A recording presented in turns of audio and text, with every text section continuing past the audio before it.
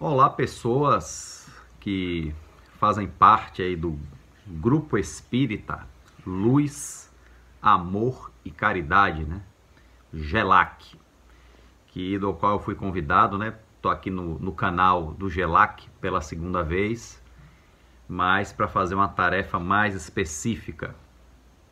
E também olá, pessoas do canal Raciocínios Espíritas, também do qual esse vídeo também é veiculado. Então, uma saudação aí a todos, muita paz, né? Que Deus nos ilumine, nos inspire sempre para esses momentos, né? Somente nesse momento aí de quarentena, de reclusão, em que as coisas têm sendo feitas, pelo menos a parte doutrinária, pelo vídeo, né? Pela internet. E hoje aqui não é uma palestra, né? Não é uma doutrinária. Na verdade é o ESD, né? Que é o Estudo Sistemático da Doutrina Espírita, que ocorre na instituição GELAC todas as quintas a partir das 19 horas. E antes da pandemia, né? Antes da quarentena, o próximo seria eu, né? Eu ia visitar a instituição para dar continuidade ao ESD, né? Na quinta-feira, se não me engano, do dia 20, 22, a data não estou bem certo agora. Mas justamente na minha semana foram interrompidas as atividades. Então a coordenação do centro resolveu retomar pelo modo virtual, do mesmo modo como estão fazendo com as palestras, né? Resolveu retomar o ESD por aqui. Não é a mesma coisa, é claro, mas pelo menos o trabalho volta a funcionar. E como era a minha semana, então aqui estou eu, neste vídeo. É óbvio, gente, que eu já esclareço que o que eu vou expor aqui agora, facilmente vocês podem pesquisar em livro, no próprio livro da codificação, na internet. Tem aulas muito boas, talvez até melhores do que as minhas, né? Qualquer um pode ler, pode pesquisar, fazer suas considerações. Mas existe todos nós, né, a necessidade da interação humana, né? Isso é fato também. E as casas espíritas, pelo menos as casas espíritas sérias, compromissadas, entendem isso. Então, assim, mesmo que se ache o conteúdo de tudo que eu vou falar aqui facilmente na internet, por exemplo, o fator humano de transmissão disso é importante, porque o conhecimento que eu vou dizer aqui é o mesmo que está nos livros e na internet. Mas a minha experiência pessoal é única, como a experiência de cada um de vocês que estão assistindo é única também. E esse é que faz o diferencial, né? Isso é que faz o diferencial. E já que não dá para ser presencial, ao vivo, então vamos presencial pela internet, que é um meio termo, vamos dizer assim, para dar continuidade. Então, assim, passada essa introdução, né, a todos aí, espero que todos estejam inspirados, objetivados, que mesmo sem estar indo para o centro, continuem o estudo sistematizado, gente, continuem. Não acabou a obrigação de estudar, não. Veja que as escolas estão com as aulas suspensas, mas continuam estudando em casa os meninos, tendo aula online e tudo. É o que eu digo, que minha esposa é professora e está dando aula online todo dia, né? Então o estudo continua mesmo na quarentena, viu? Mesmo que não esteja indo para o centro. E aqui vai ser mais esse vídeo, né? Os vídeos de retorno do ESD às quintas-feiras. Vai ser mais um empurrão nessa questão aí, até podermos voltar ao presencial e eu finalmente poder conhecer o GELAC pessoalmente, né? Ali no bairro do Imbuí, Salvador, Bahia. Bem, então o meu tema, né, que me foi enviado justamente para ser mais exato, se refere à questão 76 do Livro dos Espíritos e vai até a 95. Deixa eu ver aqui. Perispírito, cadê aqui? Isso. Isso é o tema que segue, que vocês estão aí no catálogo de vocês, aula 5, não é isso? Eu estou olhando aqui. Origem, natureza e forma dos espíritos, perispírito, função, forma, densidade, coloração, centros de força. Né? Centros de força. Vamos lá, né? Sabem o que é isso? Porque não tem esse nome na codificação centro de força, né? Algumas pessoas chamam de chakras, né? E que também não tem na codificação esse nome, né? Mas a gente vai ver isso mais na frente, né? Não vamos botar não quero botar o carro na frente dos bois. Então aqui, livro segundo, né, do nosso querido Livro dos Espíritos. É uma versão bem das antigas, ó, gente, bem velhinho, tá aqui as páginas caindo. Eu tenho esse companheiro aqui, acho que desde eu comprei esse exemplar aqui em 96, eu acho. Pense aí, né? Tá comigo até hoje. Mas aqui a questão 76, né, que é justamente que se refere à origem e natureza dos espíritos. Então a questão 76 pergunta assim: que definição pode se dar de espíritos?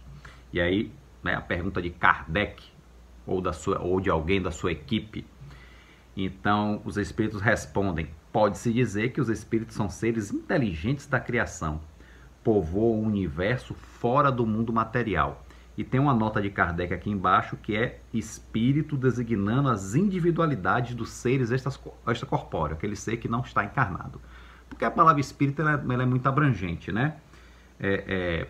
Pode-se usar o espírito como princípio inteligente, claro, mas aqui está sendo específico com o ser. Por exemplo, eu, desencarnado, sou espírito. Então é isso que tá se dizendo, para ser bem específico, ok? E aí pergunta na 77, os espíritos são seres distintos da divindade ou seriam apenas emanações ou porções da divindade chamados, por essa razão, filhos de Deus? Gente, isso aqui ele está se referindo a uma teoria chamada panteísmo, né? E que o todo seriam partes de Deus. E nós, como seres, né, seres vivos, quando morrermos, né, o corpo morrer, voltaríamos a esse todo. Que é uma coisa meio incoerente porque sumiria aí a individualidade de cada um, né? Isso aí, quem estuda doutrina espírita, realmente isso é algo bastante incoerente, né? Não sei em que momento essa teoria foi válida. Eu nunca conheci nenhum panteísta, mas tomei conhecimento disso justamente estudando espiritismo, né? Interessante. Senão nem isso eu conheceria, né? Então a resposta dos espíritos é que eles não são os espíritos são a obra deles, são criação de Deus, como a máquina é criação do homem, o espírito, nós somos criações de Deus. Então, até o momento é o que se pode responder, né? Somos uma criação, não emanação. Somos distintos, criatura e criador. Ok. A questão 78, ele chega e faz: os espíritos tiveram princípio ou existe como Deus de toda a eternidade? Bom, os espíritos têm princípio porque foram criados. Senão, se eles fossem eternos, ou seja, que sempre existiram de toda a eternidade, não tem início, meio e fim, seriam iguais a Deus. O que não corresponde à realidade, né? Só quem existe de toda a eternidade é Deus. Espírito tem um começo, sim, é criado, não é? Aí ele faz uma ressalva aqui, né? Podes dizer que não tivemos princípio se entendes com isso sendo Deus eterno. Quer dizer, agora aí dá uma coisa que dá um nó no cérebro, né, gente? Dá um nó. Nós tivemos princípio, mas Deus é eterno e sempre esteve criando. Então, poxa, quando você vai pensar em questões temporais com isso, é melhor não, certas coisas é melhor não viajar muito não, né? É melhor a gente ir até o ponto que a gente pode compreender, né? Com o amadurecimento espiritual, a gente vai compreender um pouco mais sobre isso, né? Mas é uma coisa realmente que dá um nó no cérebro. Deus existe de toda a eternidade criando. Então, aí fica, não, mas o espírito é imortal, tem um início. Nossa Senhora. Então já tem muitos espíritos aí que tem uma eternidade. Que é isso? Deus é eterno, o espírito é imortal, mas vive a eternidade, né? Somos imortais, mas vivemos a eternidade, né? Todo mundo tranquilo, hein? Tranquilo. 79. Visto que existem dois elementos gerais no universo, o elemento inteligente e o elemento material, né? Espírito, matéria, espírito, matéria. Poderia-se dizer que os espíritos são formados do elemento inteligente, como os corpos inertes são formados do elemento material? Questão interessante mesmo, pergunta interessante. A resposta é evidentemente, né? Os espíritos são individuações do princípio inteligente, né? Há um princípio inteligente que os espíritos são as individuações disso, é o representante vivo disso, né? Como os corpos são individuações do princípio material, né? Que é uma coisa muito mais abrangente do que a nossa matéria sólida, né? Como nós já podemos observar aí nas análises espíritas. Agora, a época e o modo dessa formação é que são desconhecidos. Quer dizer, os mistérios ainda existem, né? Ou talvez o espírito que responde até saiba, mas a nossa mente ainda não alcançaria. Acho que não tem nem palavras para se responder algo nesse nível, né? Vamos lá. A criação dos espíritos é permanente ou só ocorreu na origem dos tempos? A teoria da origem dos tempos, né? A teoria bíblica, vamos dizer assim, né? A resposta é permanente, quer dizer, Deus não cessou jamais de criar. Foi o que eu comentei na questão anterior, né? Somos imortais, mas Deus é eterno, criando sempre. Aí dá um pouco de nó na nossa mente, na questão da temporalidade, porque nós estamos acostumados a marcar o tempo de acordo com as nossas convenções, os nossos relógios, né? E na eternidade o tempo não existe como esse que a gente conta aqui no relógio, né? É diferente. Com certeza até o tempo em outro orbe, em outro planeta, talvez seja contado ainda diferente do nosso, né? Imagine. Então, a gente tem que expandir mais o nosso pensamento para tentar entender 1% de algumas coisas, não é verdade? Desculpa. Os espíritos se formam espontaneamente. É questão 81. Os espíritos se formam espontaneamente ou procedem um dos outros? Gente, o espírito nasceria um do outro, né? Como os corpos nascem de outros corpos, né? Seria a pergunta. A resposta: Deus os cria, como todas as outras criaturas, pela sua vontade. Mais uma vez, a origem deles é um mistério. Deus o cria pela sua vontade, não só os espíritos, como todas as outras coisas, mas a origem de como é ainda é um mistério. Mistério. Ai.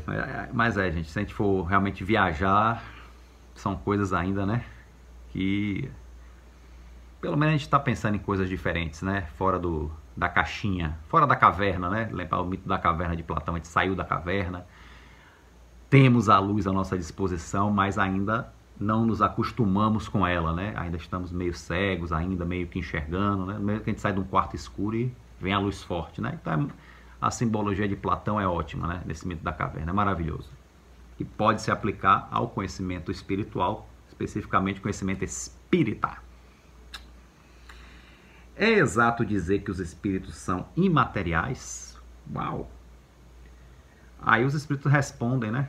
Com outras perguntas. Com outras perguntas aqui faz. Como se pode definir uma coisa quando faltam termos de comparação com uma linguagem suficiente? Pode um cego de nascimento definir a luz? Né? Nunca viu, né?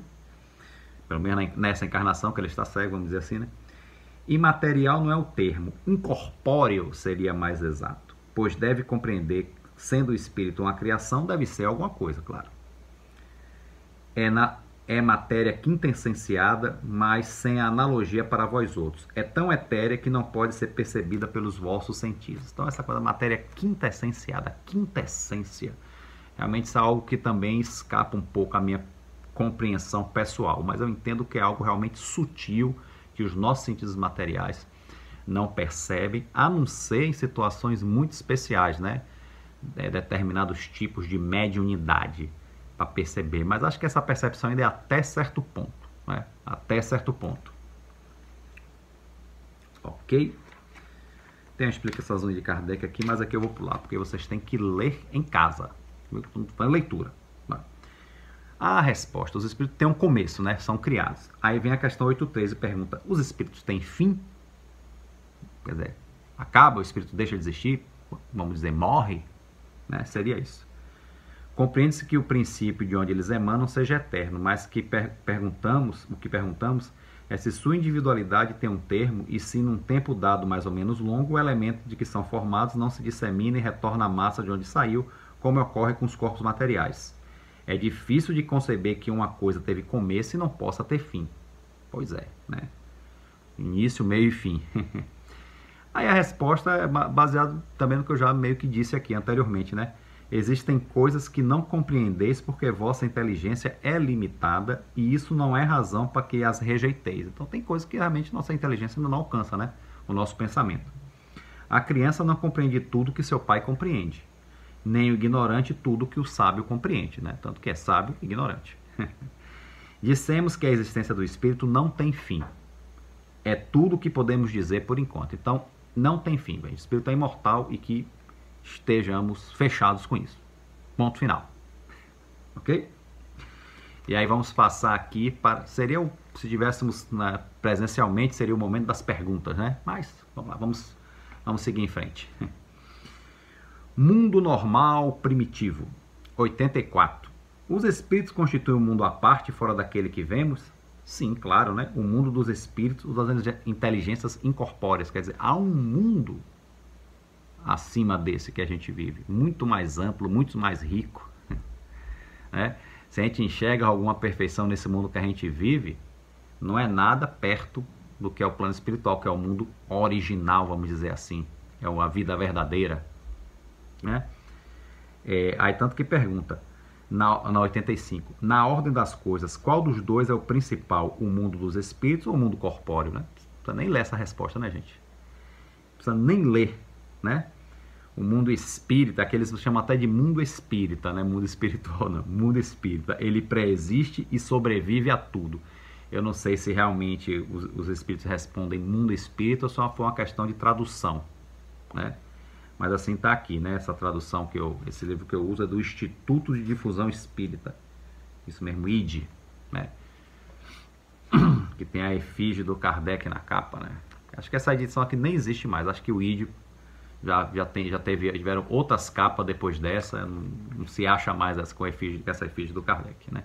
Então, aqui é a minha relíquia, né? O mundo corpóreo poderia deixar de existir ou não ter jamais existido sem alterar a essência do mundo espírita? Resposta: sim, eles são independentes. No entanto, sua correlação é incessante, porque reage incessantemente um sobre o outro. Ou seja, o mundo espiritual reage com o mundo material e vice-versa, isso é fato. Mas se o mundo material deixar de existir, se nosso planeta, sei lá, for vaporizado, o núcleo da Terra expandir, explodir, tudo acabar, a Terra toda, o mundo espiritual aqui em torno da Terra continua existindo, não tem prejuízo nenhum, só vai receber ao mesmo tempo um monte de espírito recém-desencarnado, em massa, a população toda do planeta, imagine. Né? Segundo eu soube o último censo, 6 bilhões, é isso? Ou mais? Realmente eu estou por fora. A pergunta: os espíritos ocupam, 87, né? Os espíritos ocupam uma região determinada e circunscrita no espaço?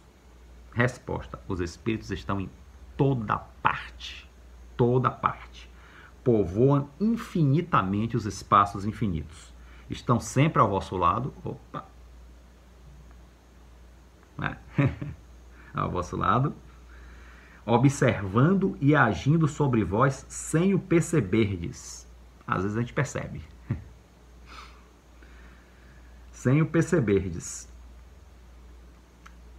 Cadê? Opa aí. Fui fazer essa presepada e perdi essa.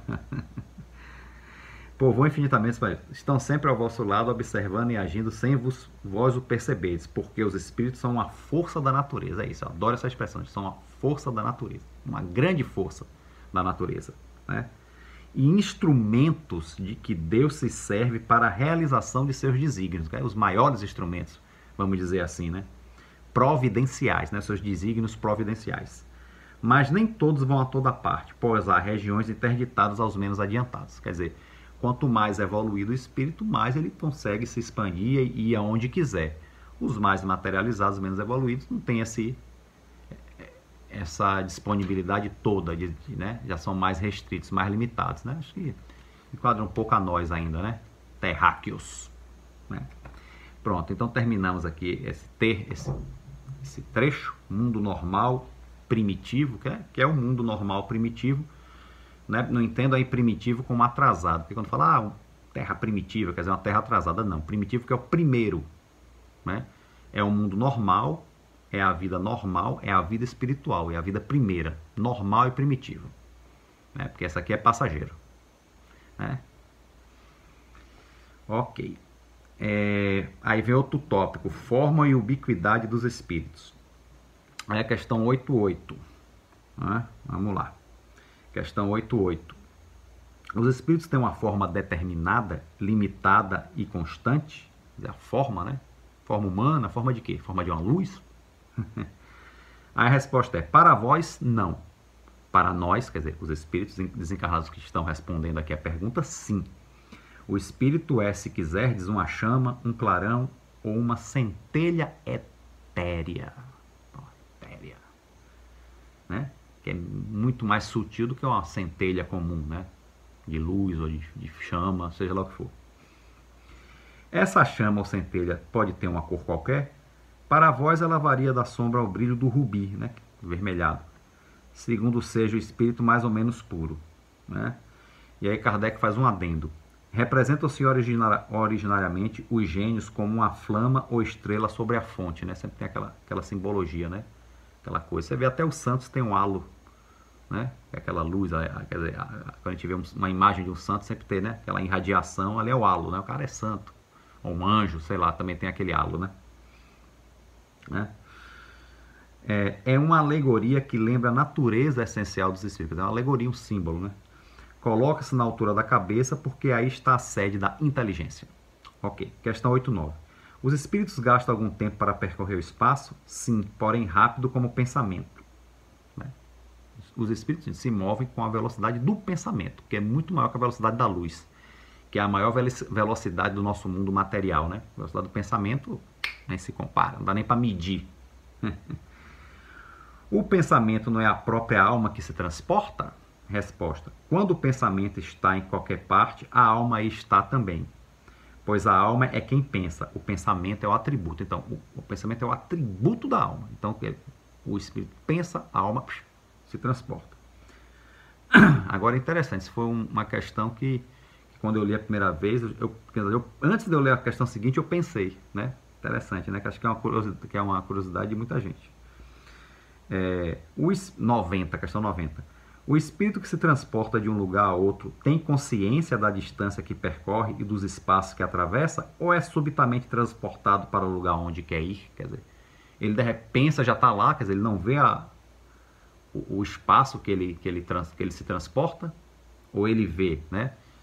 Aí, as duas coisas, né? A resposta ocorre ambas as coisas. O espírito pode muito bem, se ele quiser, tomar conhecimento da distância que percorre. Mas essa distância pode desaparecer completamente dependendo da sua vontade e da sua natureza mais ou menos depurada. Né? Que alguns não têm consciência, eles pensam de repente estão no lugar, parece como se fosse uma mágica, né? Mas o espírito, quando é esclarecido, não, ele tem consciência dessa distância, ainda que se transporte na mesma velocidade do pensamento. A matéria constitui espaço, constitui obstáculo dos espíritos? Isso aí, né? Óbvio que não. Atravessam paredes, atravessa tudo, né? Não, né? Eles penetram em tudo. O ar, a terra, as águas e mesmo o fogo lhes são igualmente acessíveis. Pode até ir para o sol, ficar lá no sol. 9.2. Os espíritos têm o dom da ubiquidade. Por outras palavras, o mesmo espírito pode se dividir ou existir em vários lugares ao mesmo tempo? Isso lembra até a história de Antônio de Pádua, né? Que foi canonizado como Santo Antônio, né? Que vamos pegar o dia 13 de junho, né? A trezena, né? Na tradição católica. Mas Antônio de Pádua diz que era visto em 2 lugares ao mesmo tempo. Quer dizer, ele se dividia, quer dizer, que a ubiquidade ele se dividia em 2, né? Fenômeno interessante. Ele era 1, era 2. E aí a resposta: não pode haver divisão do mesmo espírito. Então, Antônio de Pádua não se dividia, gente. Mas cada um é um centro que irradia em diversas direções, e é por isso que parece estar em vários lugares ao mesmo tempo. Vês o Sol? É apenas um, é verdade. No entanto, ilumina tudo ao seu redor e leva seus raios a longas distâncias. Apesar disso, ele não se divide. Então é isso, gente. Então, o espiritual evoluído, como o Antônio de Pádua que eu citei, ele pode irradiar seu pensamento para um lugar e se materializar lá. Olha que fenômeno interessante, né? Mas só a alma muito elevada para conseguir isso.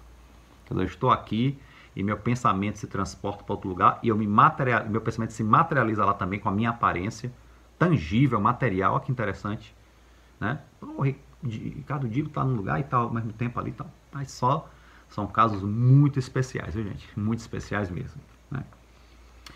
Outra pergunta. Todos os espíritos se irradiam com o mesmo poder? Resposta. Muito longe disso, depende do grau de pureza, né? Evolução, tudo mais, né? Cada espírito é uma unidade, comentário de Kardec, né? Cada espírito é uma unidade indivisível, mas cada um deles pode irradiar seu pensamento em diversas direções sem com isso se dividir. E nesse sentido somente se deve entender o dom da umbiquidade, né? Que nome engraçado, não? Se dividir, umbiquidade, dicionário, atribuída aos espíritos. Tal como uma centelha que projeta à distância, sua claridade pode ser percebida de todos os pontos do horizonte. Tal como ainda um homem que, sem mudar de lugar e sem se repartir, pode transmitir suas ordens, seus sinais e um movimento para diferentes pontos. Então, encerramos aqui então essa parte da umbiquidade. Podia requerer debates maiores, mas eu também não tenho muitos exemplos, né? Só lembro mesmo do exemplo de Antônio de Pádua, né? Está em dois. Acho que também tem Eurípides Bassanufo, né? Mas realmente, gente, eu sei muito pouco sobre Eurípides Bassanufo, gente. Nessa parte eu sou um espírita devedor a mim mesmo e aos outros, né? Porque realmente, se eu for convidado um dia para falar sobre Eurípides, eu realmente vou declinar, porque eu realmente ainda sei muito pouco sobre ele. Tenho que resolver isso. Mas acho que ele também tinha esse poder, né? Essa capacidade da ubiquidade. Outro tópico, perispírito. Bom, isso aí que é um assunto mais palpitante, né? Perispírito. Isso foi uma novidade quando eu conheço, porque espírito, o termo espírito, significado, quando eu comecei no espiritismo eu já conhecia, né? Espírito desencarnado, tal. Mas aí quando eu me deparei com a palavra perispírito, já foi mais estranho para mim. Realmente, né? Então vamos entender aqui, né? Que é a questão 93.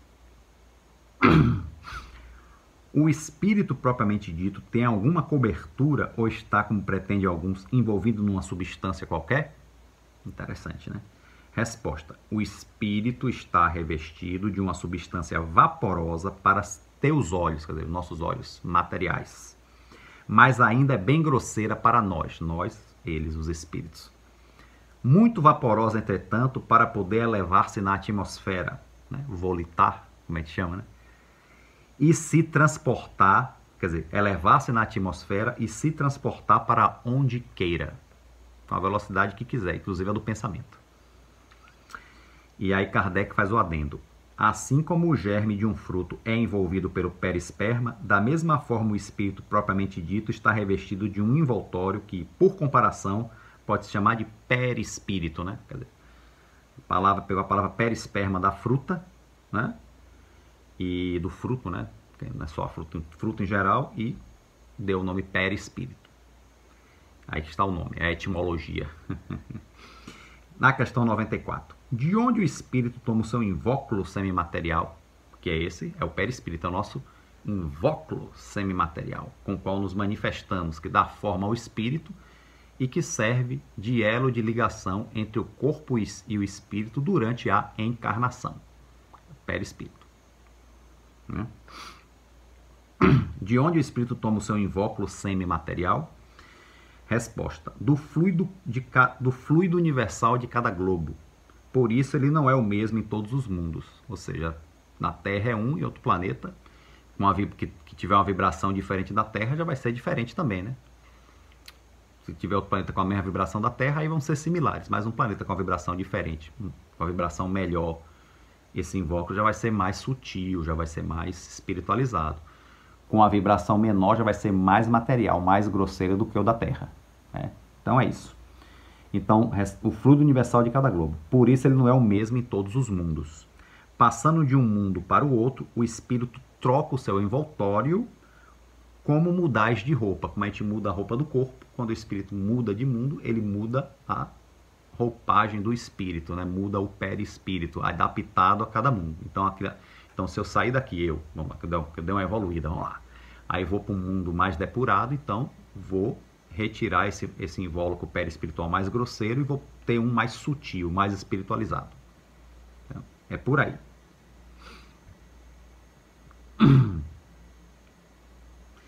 E aí a pergunta, assim, quando os espíritos que habitam mundos superiores vêm entre nós, tomam um perispírito mais grosseiro? Interessante, né? Quando um espírito evoluído, que já tem, né, com certeza, um espírito mais depurado, um perispírito mais, né, espírito mais sutil, mais etéreo, quando vem à Terra, ele de novo engrosseira, ó, eu inventei essa expressão agora, o seu perispírito, né?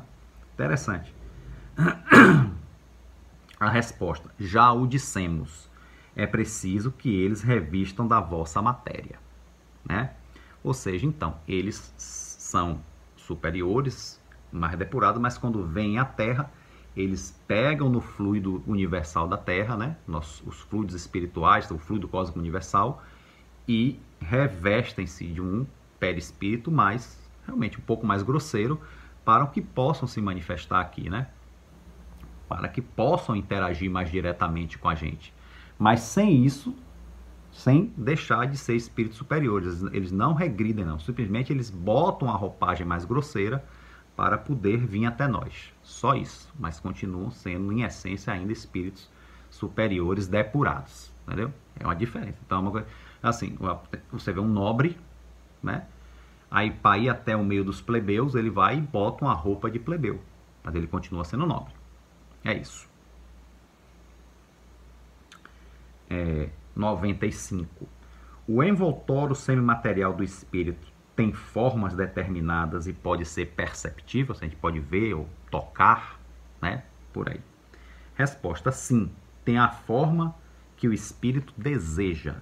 E é assim que ele vos apresenta algumas vezes, seja em sonho, seja em estado de vigília, seja acordado, como estou aqui agora, podendo tornar visível e mesmo palpável, quer dizer, ele pode inclusive tornar até palpável. Olha o fenômeno das materializações, né, dos espíritos.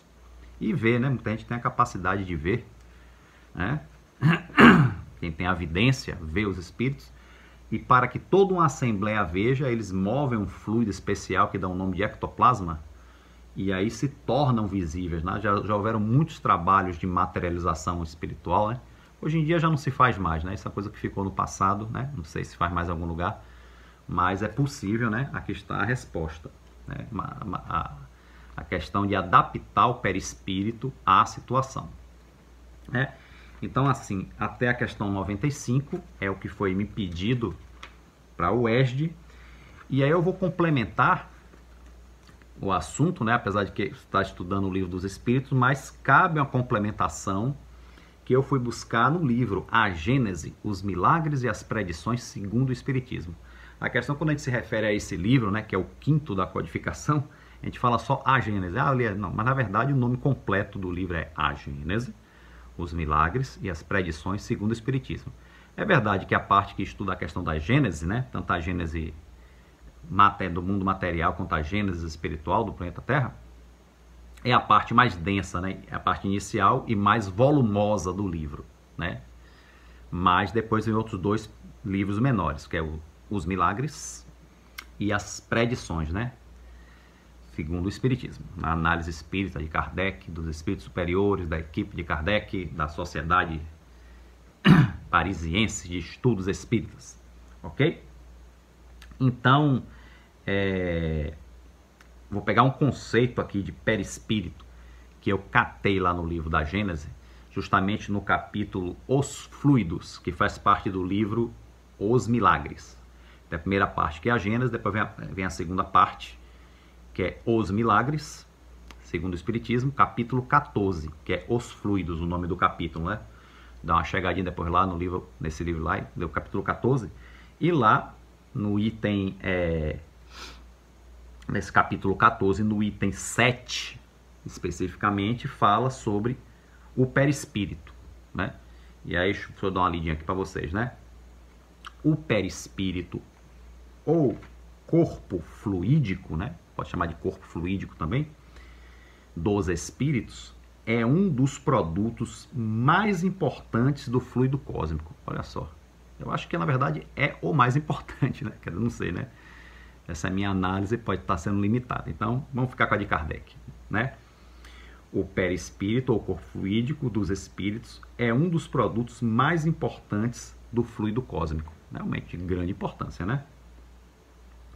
É uma condensação desse fluido, quer dizer, do fluido cósmico, em torno de um foco de inteligência ou alma. Então, o que é o perispírito, gente? É a condensação de uma parte do fluido cósmico, né, que nos circunda, em torno de uma inteligência espiritual, em torno de uma alma, em torno de um espírito, né? É uma condensação desse fluido em torno de um foco de inteligência, de uma alma, ou seja, o princípio inteligente do universo, o espírito. Então é isso que é o perispírito. Eu achei interessante. Inclusive tem uma coisa aqui que na época que eu li a primeira vez me deixou até arrepiado, quando falou assim: o fluido cósmico do planeta Terra é um fluido com ainda um planeta de provas e expiações, né, nesse momento em transição para regeneração, mas ainda tem fluidos mais grosseiros, né? Então, aí Kardec faz uma comparação, quer dizer, o perispírito dos espíritos do planeta Terra são mais densos do que o dos espíritos de Júpiter, que é um planeta mais evoluído, ou seja, o fluido cósmico em volta desse planeta é um fluido mais depurado, consequentemente os perispíritos dos espíritos que lá habitam são mais depurados. Eu falei, gente, na época que eu li isso, né, em 1997, 97, aí eu, gente, então Júpiter é habitado. Porque para a ciência formal, até onde se sabe, cientificamente falando, pela ciência material do planeta Terra, só se sabe que a Terra é habitada. Mas aí você fica com aquela dúvida, será que há seres encarnados que habitam em Júpiter, ou é só seres realmente desencarnados, espirituais, né? Aí, sabe Deus. Talvez estejamos mais perto de conhecer essas coisas do que pensamos, né? Aguardemos. Por enquanto temos coisas mais importantes para cuidar, né? Que é o nosso aperfeiçoamento moral, principalmente, né? E intelectual também. Quando eu digo intelectual, né? Só conhecimento técnico não, né? É o desenvolvimento da sabedoria, né? E o engrandecimento ético, moral de todos nós está sempre de mãos dadas com a sabedoria, né? Então, falar que Júpiter, realmente... Então, por exemplo, se eu saio daqui, eu, espírito desencarnado, para ir em Júpiter, eu teria que primeiro depurar mais, né? Quer dizer, vamos dizer assim, o que está escrito lá é que um espírito, né, oriundo da Terra, da nossa evolução, não consegue ir até Júpiter, porque o nosso perispírito é muito grosseiro, ele usa até a expressão pesado, né? Pesado, entre aspas, é pesado para a psicosfera de lá. Então, com esse nosso perispírito, não dá para a gente ir a Júpiter, a gente tem que depurar-nos para chegarmos àquela vibração. Agora, eles que são evoluídos podem vir até nós e materializar os perispíritos dele para poder estar conosco. E normalmente são espíritos que vêm em missão para nos ajudar e etc e tal. Porque o espírito, quanto mais superior, né, mais depurado, mais sábio, melhor sabe manipular o fluido cósmico à sua volta, em sua volta, né? E assim o faz, né? Quando há necessidade humana. Então ele vai para um planeta mais materializado, ele manipula esse fluido, né? Imagine, gente, Jesus, por exemplo, quanto de fluido, né, mais materializado ele teve que absorver, né, no seu perispírito para poder encarnar aqui no planeta Terra, né? Deve ter uma condensação muito grande. Então isso acontece toda vez que vem um espírito, depurado mas isso aí eles fazem porque eles são superiores. Os espíritos puros principalmente conhecem todas as leis da natureza e conseguem fazer isso, né, numa boa. Agora a gente que está ainda na inferioridade, a gente não consegue ir lá, né, na parte mais etérea, mais espiritual, né? Ou seja, segundo o exemplo aqui da Gênesis, na psicosfera de Júpiter, que é uma psicosfera mais evoluída, mais etérea, mais depurada. É isso? Então dá uma lidinha lá também, que é importante, né? Então, assim, envoltório fluídico, ou seja, envoltório fluídico, perispírito, depende do grau de adiantamento do espírito, né? Adiantamento moral, principalmente, intelectual, né? da sabedoria. Então, assim, o espírito superior pode gravitar, né, a depender do seu grau, né, de superioridade, pode gravitar por vários lugares à sua vontade. O espírito inferior, não. Né? Ele primeiro tem que se depurar. Vamos lá. Então, gente, essa parte de perispírito realmente é uma parte muito... que cobra muito mais da gente, né? Porque, imagine, né? Se nosso corpo tem o nosso DNA, né? Dessa encarnação, da nossa herança genética, o perispírito tá lá, o DNA de tudo que a gente viveu, né? Na nossa vida espiritual. Já pensou? Que arquivo? Já pensou? Ai, ai. Bom, gente, então, os centros de força. Centros de força. Esse é um assunto, assim, ainda um pouco controverso na doutrina espírita, porque Kardec nunca falou em centros de força, né? Nesse livro, A Gênese, para ser mais específico, no item 18 desse mesmo capítulo 14, item 18, ele fala sobre poros perispirituais, que por analogia ele está falando dos centros de força, ou como muitos chamam de chakras, que na verdade é uma palavra em sânscrito, né, uma língua antiga, e é uma coisa muito estudada nas escolas espiritualistas orientais. Por isso que alguns espíritas não gostam muito não, porque dizem que está misturando espiritualismo oriental com espiritismo e tal, então às vezes há um certo conflito. Mas em Salvador, né, eu vejo que o espírita soteropolitano, ele usa tranquilamente essa expressão chácaras, né? Quando vai falar de centro. Eu prefiro centro de força, inclusive, mas se tiver que falar chácara, fala. Que seriam pontos específicos do perispírito, vamos dizer, que está ligado a determinadas funções do corpo. Então, vamos dizer assim, a gente tem um centro de força coronário aqui. Coronário ou chakras coronário, que ele, na verdade, é o responsável pela captação da força, né? Que vem, né? A força universal, vamos dizer assim. Aí o chakra frontal, que é responsável pela questão da intelectualidade, da inteligência. O cardíaco, pelo nome é óbvio, né? E por aí vai. Então, que nós, quando Kardec fala poros perispirituais na Gênesis, ele está falando, não está falando especificamente desses chakras, mas que nós temos no nosso perispírito esses centros de força, né? Que devem ser muitos, mas o estudo destaca os principais, né? Tem uns que destacam 7, tem uns que destacam 8, depende muito de autor. Aí vai muito do gosto de autor. Tem uns que dizem que a gente tem 7, outros dizem que a gente tem 8, né? Mas a verdade é que nós temos muitos menores e temos esses principais. Esses principais são esses 7, ou 8 ou 9, que aí vai variar de autor para autor, né? E ainda há também, gente, em Evolução em Dois Mundos, né, de André Luiz, né, que é um livro, Evolução em Dois Mundos, né, psicografia de Francisco Cândido Xavier e Valdo Vieira, né, foi um livro psicografado em parceria pelos dois, né, que na época eram amigos, e Valdo Vieira era compromissado, né, com a doutrina espírita. Fala sobre a teoria do duplo etéreo.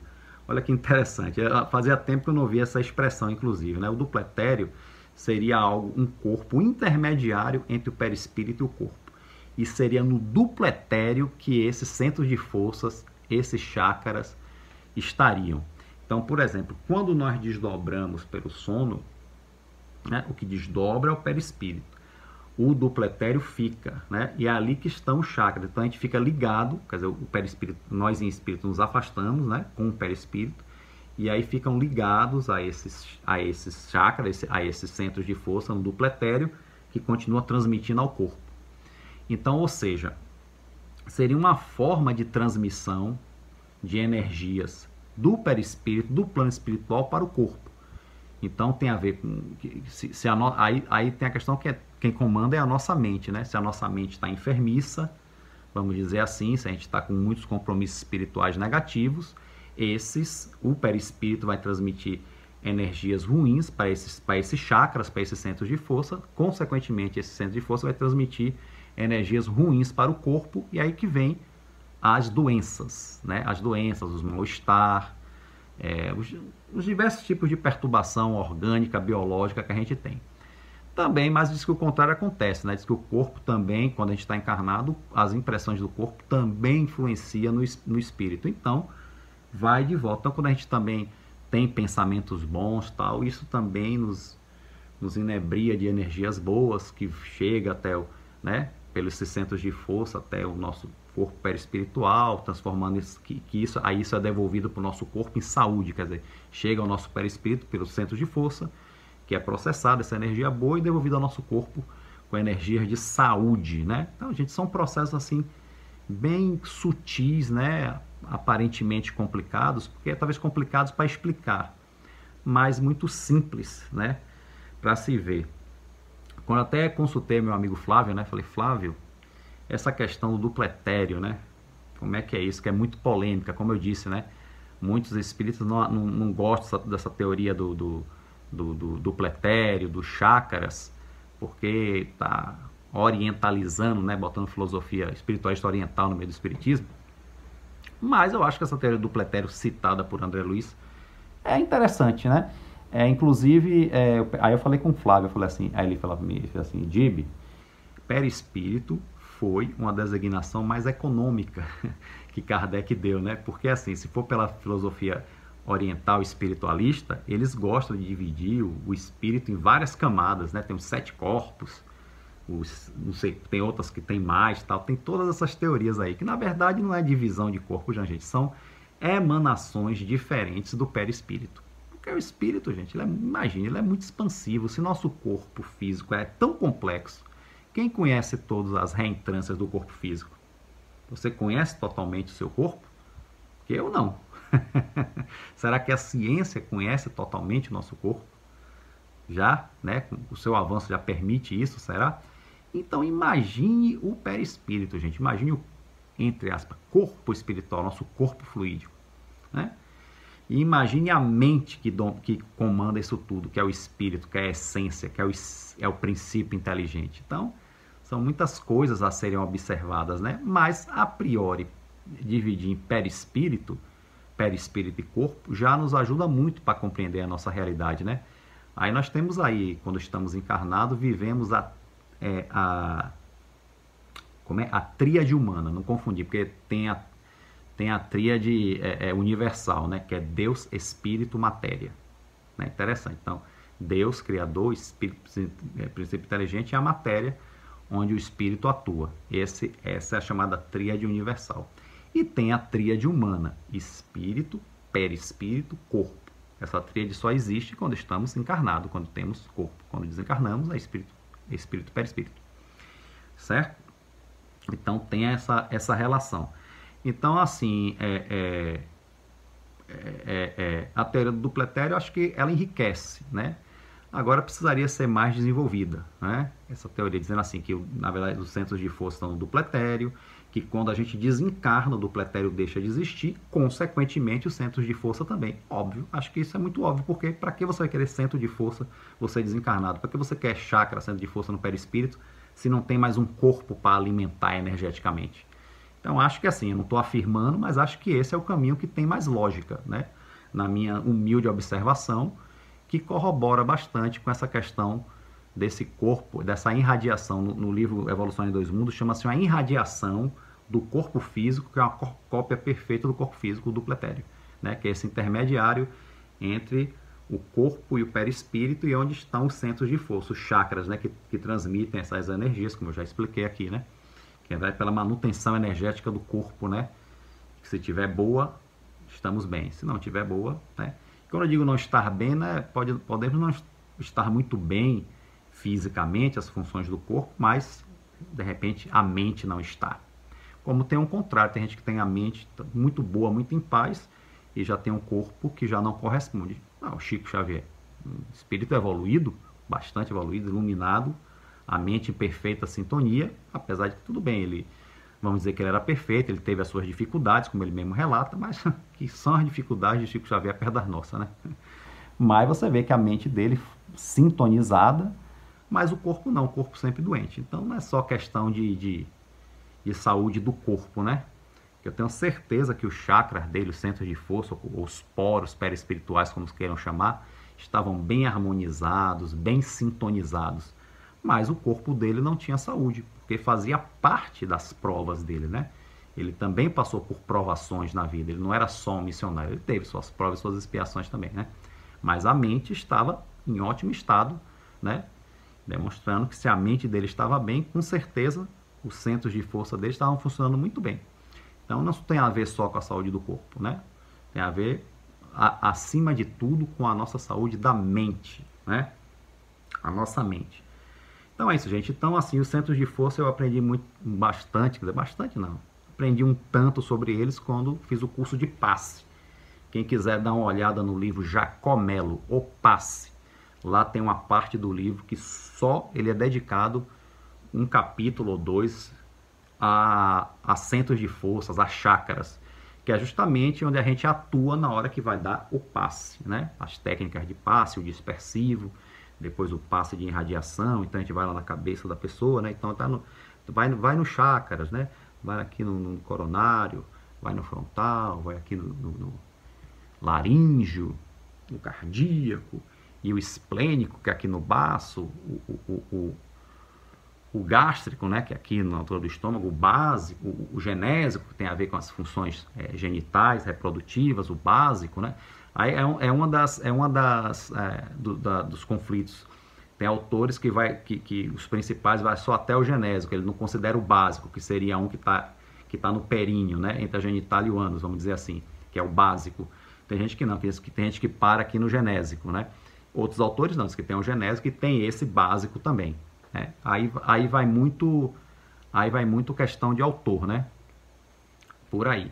Mas a gente sempre está dando o passe, né, na direção desses centros de força, né? Que é como é feita a terapia, para jogar energias salutares, essa energia fazer com que o centro de força funcione melhor e promovam bem-estar, promovam a saúde, né? No perispírito, né?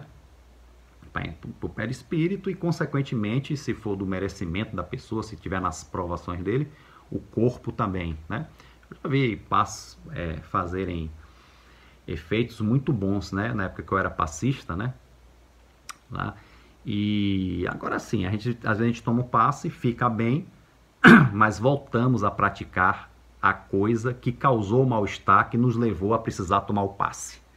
Mas passe não faz efeito. Não é que não faz, você recebe o benefício, mas também não faz nada pela sua reforma íntima, então a coisa que estava te incomodando e que o passe aliviou outro dia, volta de novo, né?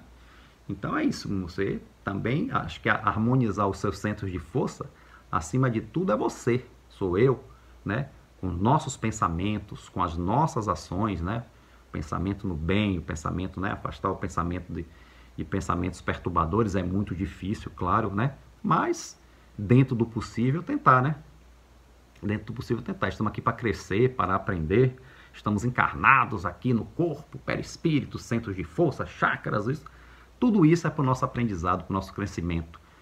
Intelecto, moral. Moral até acho que com mais urgência do que o intelecto. Não que tenha menos importância o intelecto, mas o moral talvez é o mais urgente, né? Porque que adianta ter um grande conhecimento e não usá-lo bem, né? Então, acima de tudo, temos que crescer nesse sentido moral. Ok, gente? Eu sei, como eu disse para vocês, isso aqui foi uma exposição muito básica sobre esse assunto, gente, né? 1 hora, 50 minutos, 1 hora, não é o suficiente. Eu acho que isso aqui é um estímulo a mais para vocês buscarem, estudarem, né? Que é estudo sistematizado, então vamos sistematizar e procurar um tempinho na nossa rotina, no nosso dia a dia e dar seguimento aos estudos. E que bom que o estudo voltou, pelo menos aqui pela internet, né? Quando for possível, voltará a ser presencial e quem sabe estarei lá presencialmente com vocês, né? Então, terminamos, eu vou concluir por aqui com vocês aí do Grupo Espírita Luz, Amor e Caridade, o GELAC. Muito obrigado aí pela atenção de quem chegou aqui. Obrigado também a quem acompanha o canal Raciocínios Espíritas, né? Também esse vídeo também é veiculado no canal Raciocínios Espíritas. E E siga aí, Livro dos Espíritos, questão 76 a 95, ok? E no livro A Gênese, o capítulo 14. Leiam todo, mas se quiserem ler só a parte específica que eu abordei aqui, eu abordei o item 7 e o item 18, né? Foram os itens específicos que eu abordei aqui. E o livro Evolução em Dois Mundos, eu dei só uma pincelada, né? Eu não porque lá que tem um nome duplo etérico, nós só quis lançar mais essa bola aqui, acho que para botar mais dúvida na mente de vocês do que esclarecimento, né? Mas a boa dúvida é bom, né? Ruim é aquela dúvida perturbadora, que faz a gente parar, né? Mas a boa dúvida, que faz a gente querer saber, que faz a gente botar nossa mente para trabalhar de uma forma positiva, aí é muito bom. Com certeza, tá bom? Então, gente, fiquem com Deus, né? Espero que tenha sido proveitoso para todos vocês aí, do GELAC, do Raciocínios Espíritas. Um grande abraço a todos, gente, e muita paz, né? Muita paz, muita harmonia na nossa mente, no nosso centro de força, no nosso perispírito, na nossa vida, e que Deus abençoe a todos nós, a nossa família, e que assim seja. Muito obrigado.